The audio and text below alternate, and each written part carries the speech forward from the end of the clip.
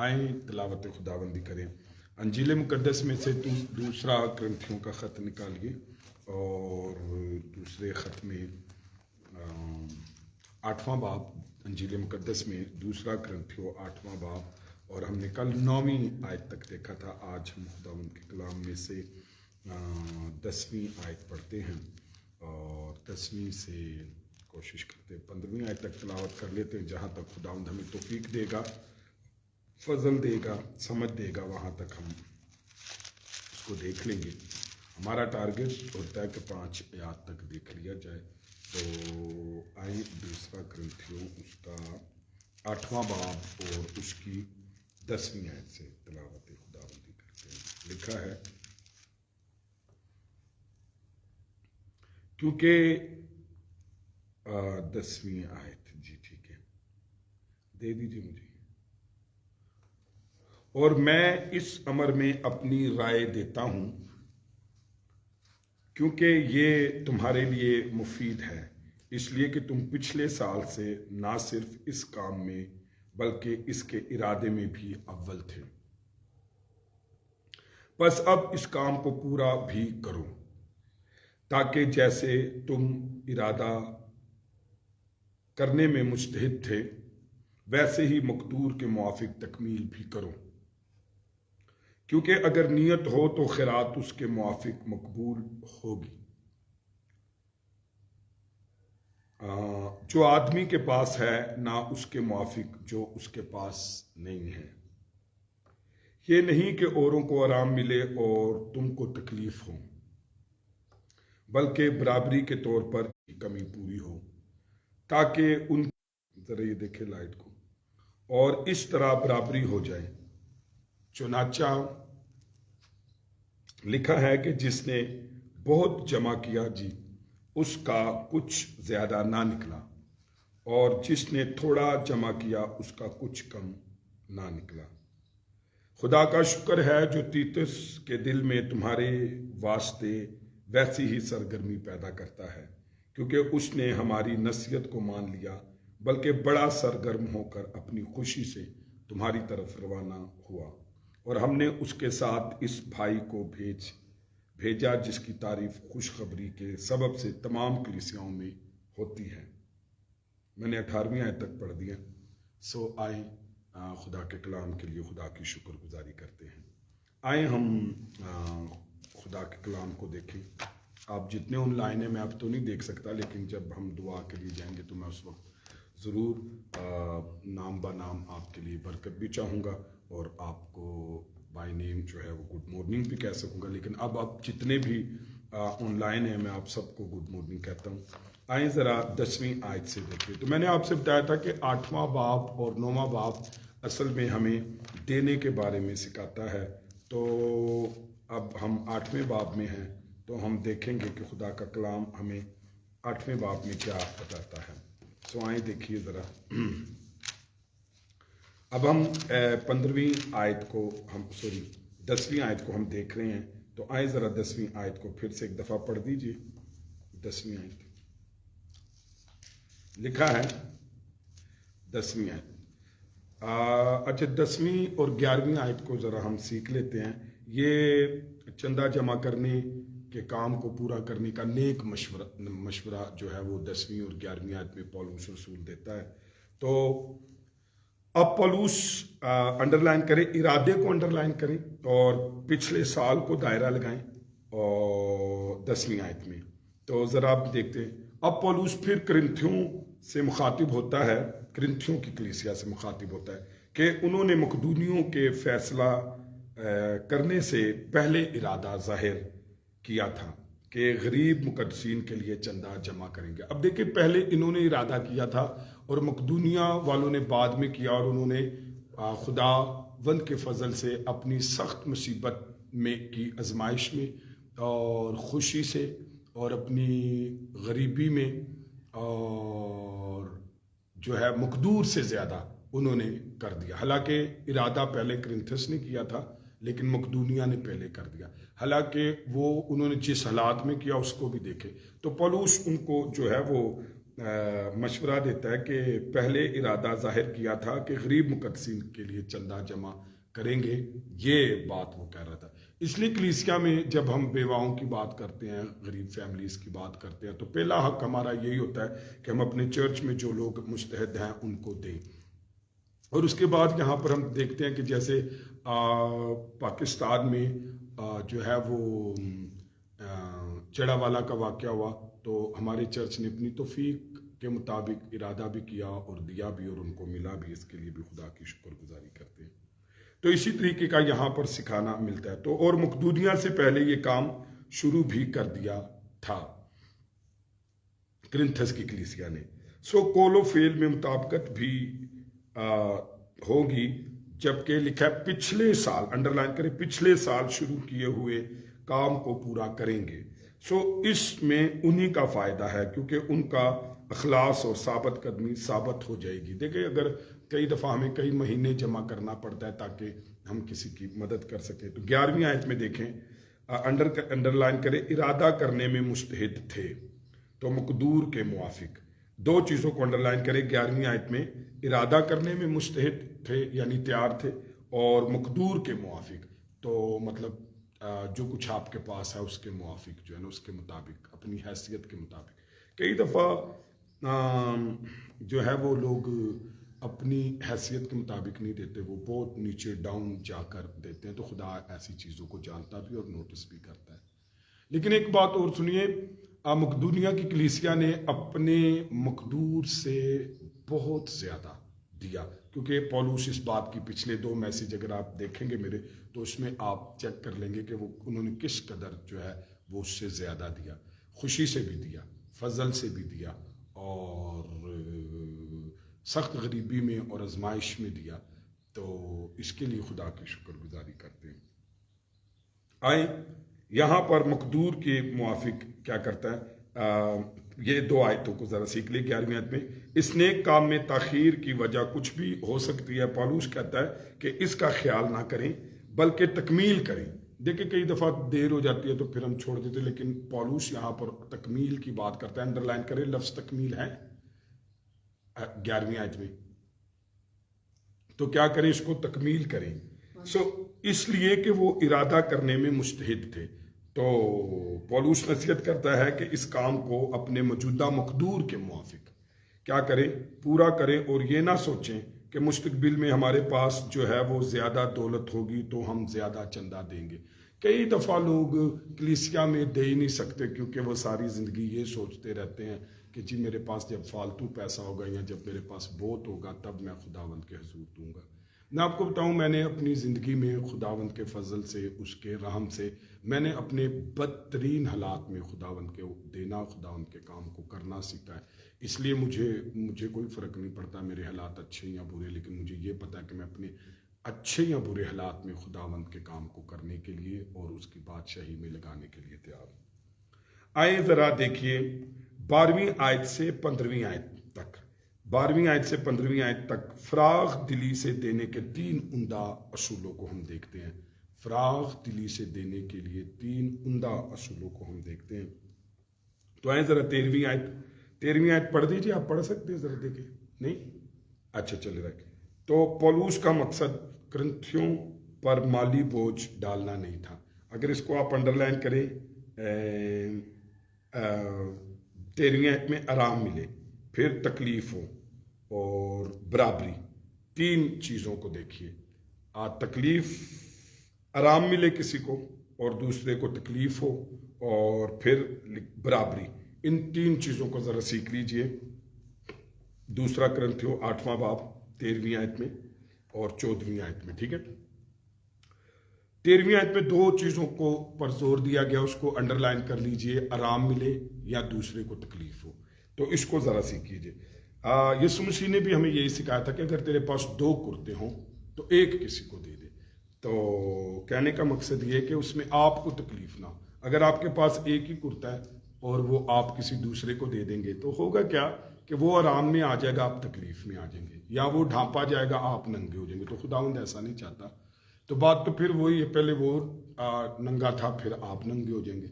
تو خداوند یہ کہہ رہا ہے یہاں پر ہم اس بات کو سیکھتے ہیں کہ آرام اور تکلیف کا بھی یہی مطلب ہے کہ ایسا نہیں ہے کہ آپ تکلیف میں آ جائیں اور دوسرا آرام میں چلا جائے یا پھر اس میں، تو اس کو ذرا سیکھیے. پڑھ دیجیے ذرا 13ویں آیت نوبی بھائی. یہ نہیں کہ اوروں کو آرام ملے، یہ نہیں کہ اوروں کو آرام ملے اور تم کو تکلیف ہو. ٹھیک ہے، اور تم کو تکلیف ہو. اچھا، پولوس کا مقصد کرنتھیوں پر مالی بوجھ ڈالنا نہیں تھا. اس کی ہرگز مرضی نہیں تھی کہ یروشلم کی کلیسیا کو آرام ملے.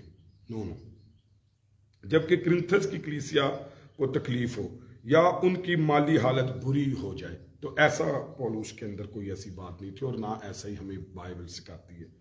14ویں آیت، اس آیت میں ذرا 14ویں آیت پڑھ دیجیے. بلکہ برابری کے طور پر اس وقت تمہاری دولت سے ان کی کمی پوری ہو، تاکہ ان کی دولت سے بھی تمہاری کمی پوری ہو. اے بڑی زبردست بات ہے. اب ان کو ضرورت ہے تو تمہاری دولت سے ان کی کمی پوری ہو. پھر ایک وقت آئے گا، وہ اصل میں کہنا چاہتا ہو سکتا ہے کہ آج ان کے حالات برے ہیں یا ان پر کوئی آفت آ گئی ہے تو آپ اپنی مقدور کے مطابق جو ہے نا ضرور ان کی ہیلپ کریں. لیکن ایک وقت ہو سکتا ہے کہ اگر آج آپ ہیلپ کر دیں گے تو ایک گواہی آپ کی ٹھہر جائے گی. خدا نہ خواستہ کبھی آپ پر حالات برے آئیں گے تو ان کو یاد بھی ہوگا اور خدا کو بھی یاد ہوگا، اور پھر وہ اپنی دولت سے جو ان کی توفیق ہے، مقدور ہے، اس کے مطابق وہ آپ کی بھی ہیلپ کریں گے. ہیلیلویا. سو یہاں پر اس آیت میں خداوند یسوع مسیح کی کلیسیا کی ضرورت کے وقت میں امداد کا وہ پروگرام دیا گیا ہے جو خدا کی طرف سے ہے. تو اس آیت میں یعنی خداوند کا مقصد یہ ہے کہ جب بھی مسیحوں کو کسی علاقے یا گروہ میں کوئی ضرورت یا احتیاج جو ہے آ پڑے تو دوسرے علاقے یا گروہوں کو کی طرف سے چندے وہاں بھیجے جائیں. تو یہ دیکھیں جو ہے وہ کسی بھی طرح کا کوئی حادثہ آ سکتا ہے، کوئی مشکل آ سکتی ہے، تو یہ بائبل ہمیں سکھاتی ہے. سارے علاقے امداد باہمی اصول کو اپنائیں تو اس طرح دنیا بھر کی کلیسیاؤں میں کیا ہوگا؟ برابری ہوگی. سو چنانچہ جن دنوں پولوس یہ جو ہے لائن لکھ رہا تھا یا یہ بات لکھ رہا تھا تو کرنتھس، مقدونیہ اور دوسری جگہوں سے چندے یروشلم کو جو ہے وہ آئیں گے. تو یہ اس ساری جگہوں سے اکٹھے کر کے یروشلم کے لیے لائے جا رہے تھے.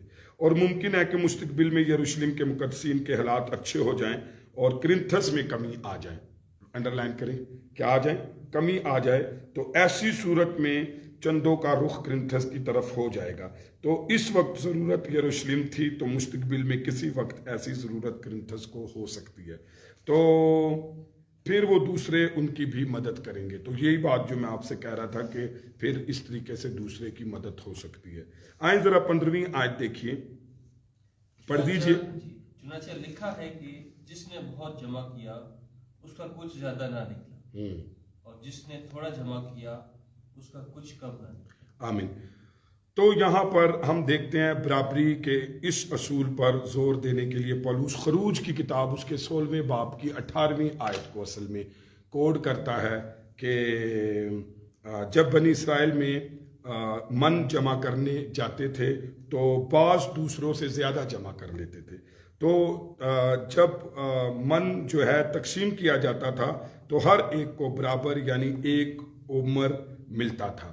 چنانچہ انڈر لائن کریں، جس نے بہت جمع کیا اس کو کچھ زیادہ نہ نکلا، اور جس نے تھوڑا جمع کیا اس کا کچھ کم نہ نکلا.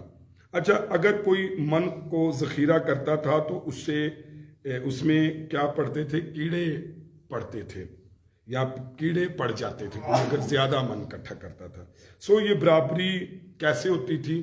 یہ برابری کسی جادو یا معجزے سے نہیں ہوتی تھی کہ جی وہ کوئی جو زیادہ لے آتا تھا تو پھر سب کو برابر کیسے ملتا تھا. تو شاید کوئی جادو یا پھر آپ سوچتے کوئی معجزہ تھا جو ان کو برابر کر دیتا تھا. نہیں، بلکہ اس لیے کہ جن کے پاس زیادہ ہوتا تھا وہ ان کو حصہ دے دیتے تھے جن کے پاس تھوڑا ہوتا تھا. تو یہ طریقہ تھا، مطلب یہ کسی جادو کے طریقے سے نہیں ہوتا تھا. میں کہا کس کی بات کر رہا ہوں؟ خروج کی کتاب کے 16ویں باب کی 18ویں آیت کی بات کر رہا ہوں کہ اس وقت جب من برستا تھا تو وہ بھی اگر زیادہ اکٹھا کر لیتے تھے تو ہوتا کیا تھا کہ وہ لایا جاتا تھا تو پھر دوسرا جو ہے دوسرے کو دے دیا جاتا تھا جن کے پاس کم ہوتا تھا. کیونکہ سورج کے نکلنے سے پہلے من بٹورا جاتا تھا. یہ روحانی طور پر خدا کے کلام کے بارے میں بھی ہے. تو خدا کی شکر گزاری کرتے ہیں. خدا نے ہمیں، ہمارے چرچ کو، ہمارے ساتھ جڑے لوگوں کو یہ توفیق دی ہے کہ آسمانی من خدا کے کلام کو سورج نکلنے سے پہلے ہم اکٹھا کرتے ہیں، خدا کے کلام پر غور و خوض کرتے ہیں، اس کی حمد گاتے ہیں، اس کے حضور دعا کرتے ہیں. تو اس کے لیے خدا کی شکر گزاری کرتے ہیں. یہ برابری تو ہم نے بتایا کسی اور طریقے سے نہیں تھی. تو خروج کی کتاب سے یہاں پولوس یہ سبق سکھاتا ہے کہ خدا کے لوگوں میں افراد دوسروں کی احتیاجیں اور ضرورتوں کو پورا کرنے کے لیے استعمال ہونی چاہیے. اگر خدا کے لوگوں کے پاس زیادہ ہے تو اس کو چاہیے کہ وہ دوسروں کی احتیاجیں کیا کرے، رفع کرے. اگر اس قاعدہ کو پس پشت ڈال دیا جائے تو نتیجہ پتہ کیا ہوگا؟ نتیجہ اگر آپ کے پاس زیادہ ہے اور آپ اس کو پیچھے چھوڑ دیتے، آپ اس بات کا خیال نہیں کرتے، تو اس کا نتیجہ نقصان ہوگا، شرمندگی ہوگا، اور مال و زر جو ہے وہ چھئی من کی طرح ہے جو ذخیرہ نہیں رہ سکتا. ایک اور جگہ بھی انہی سطور میں یوں کہا گیا ہے کہ خدا چاہتا ہے کہ زندگی کی اچھی چیزوں میں سے ہر انسان کو حصہ ملے، لیکن کچھ لوگ زیادہ جمع کرتے ہیں اور کچھ لوگ کم. جن کے پاس زیادہ چاہیے کہ وہ ان کو بھی شریک کرے جن کے پاس کم ہے. خدا تمام مال دولت کی غیر مساوی تقسیم کی اجازت دیتا ہے، مگر اس لیے نہیں کہ امیر خود غرضی سے مزے اڑائے، بلکہ اس لیے کہ وہ غریبوں کو بھی حصہ دے. اب ہم نے 3 باتیں اس آیت میں کیسے سیکھی ہے. میں نے آپ سے کہا تھا کہ 12ویں سے 15ویں آیت میں ہم 3 عمدہ اصول سیکھتے ہیں، جو ہے وہ فراغ دلی سے دینے کے 3 عمدہ اصول. تو کیسے آپ کو پتہ چلے گا کہ یہ 3 عمدہ اصول کیا ہیں؟ سب سے پہلا اصول یہ ہے کہ ایسا ہم دیں کہ ایسا نہ ہو کہ دوسرے کو آرام ملے اور ہم خود تکلیف میں آ جائیں. ایسا نہیں، بلکہ خدا یہ چاہتا ہے کہ آپ کے پاس جس بھی حالت میں آپ ہو تو آپ ضرور اپنے مقدور کے مطابق دوسرے کو دیں، کہ آپ بھی تکلیف میں نہ آئیں، لیکن آپ دینا ضرور سیکھیں. اور اس پہلا اصول یہ ہے برابری کا کہ آپ ایسا نہ ہو کہ دوسرے کو آرام ملے اور آپ تکلیف میں آئیں.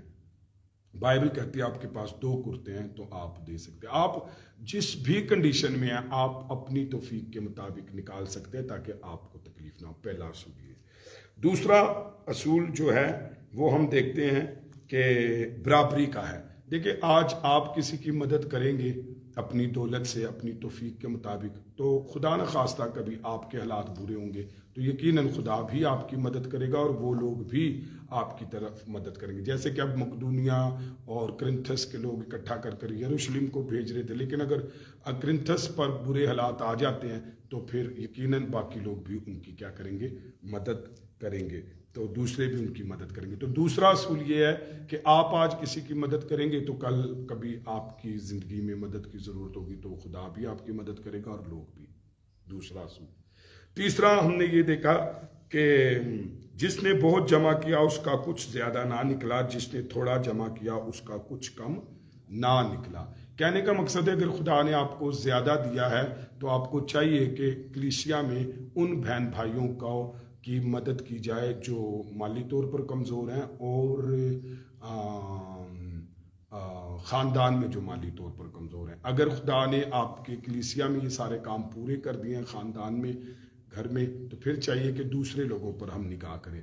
تو کوئی کم بٹورتا ہے اور کوئی زیادہ بٹورتا ہے. تو اگر خدا نے آپ کو زیادہ توفیق دی ہے، زیادہ آپ کے پاس ہے، تو آپ چاہیے کہ آپ اس کو کریں. اگر آپ ایسا نہیں کرتے تو جیسے من خراب ہو جاتا تھا تو ویسے اس میں کیڑے پڑ جاتے تھے، ویسے ہی اگر آپ ایسا نہیں کریں گے تو ہوگا کیا کہ آپ بھی کیا کریں گے؟ نقصان اٹھائیں گے اور شرمندگی کا باعث ہوگا اور مال و زر چھئی من کی طرح ہو جائے گا. ٹھیک ہے، تو آئیں 16ویں آیت دیکھتے ہیں.